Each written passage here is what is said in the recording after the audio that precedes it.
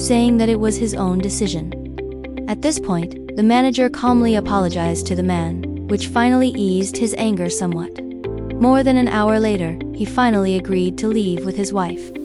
Gi BBM's mother had traveled all the way from her hometown to Seoul to visit her daughter.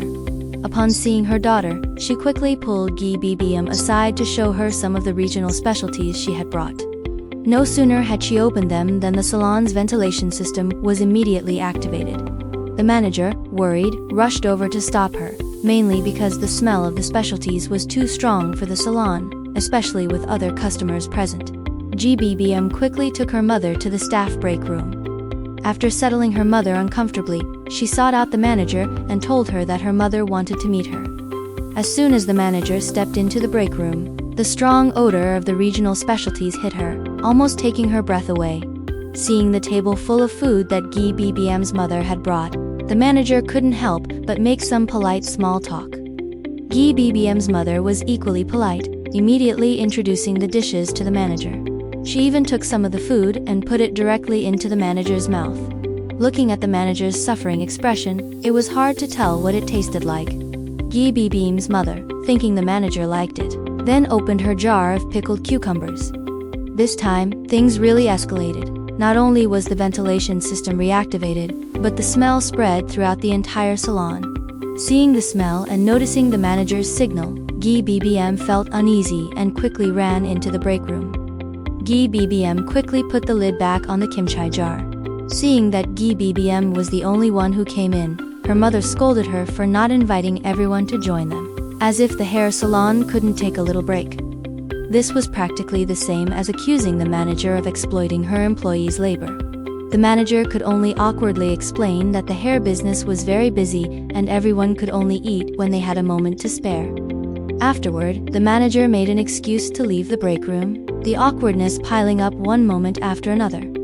Gi BBM's mother thought that since she was at a hair salon, she should obviously get her hair done before leaving. Gi BBM froze, realizing that in her hometown, a haircut cost only 30,000 won, while the cheapest service at this salon was at least 120,000 won. If she didn't stop her mother, with such a high price, she didn't know how her mother would feel.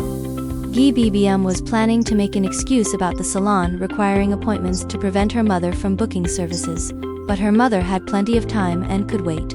Moreover, leaving right away would be impolite. She should at least spend some money before leaving. While Muyal was washing Gi BBM's mother's hair, she was asking him all sorts of questions, making it hard for Gi BBM to focus. At the same time, Zen, who was free, also came to the break room. The manager and she quietly discussed Gi BBM and her mother's personalities. How could one person be so timid and soft-spoken, while the other was so outgoing and loud? The difference was just too much.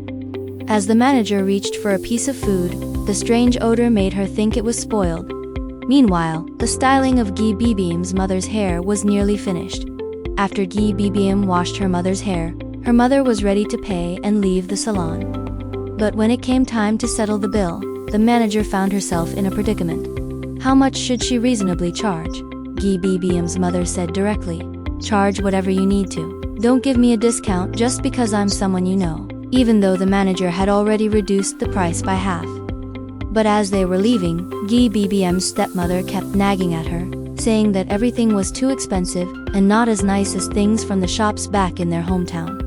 After her stepmother left, Gi BBM returned to her break room, preparing to clean up the dishes that everyone had finished eating. However, when she looked in the trash can, she saw that people had thrown away the food.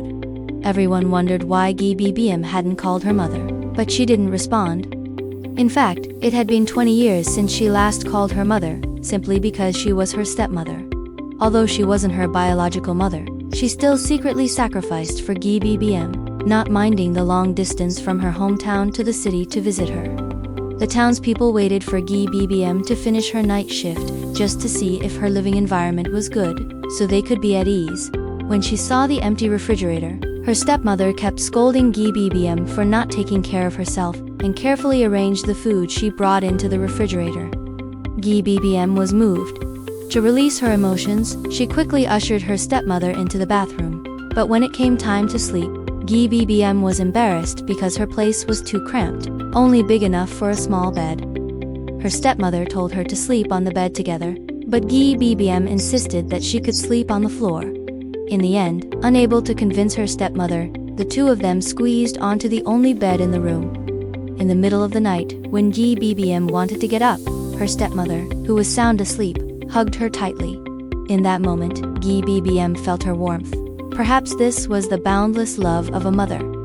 When she saw her stepmother off the next day, her stepmother intended to brush the dust off Gi BBM's jacket, but she just brushed off the dust and urged her to go to work so she wouldn't be late.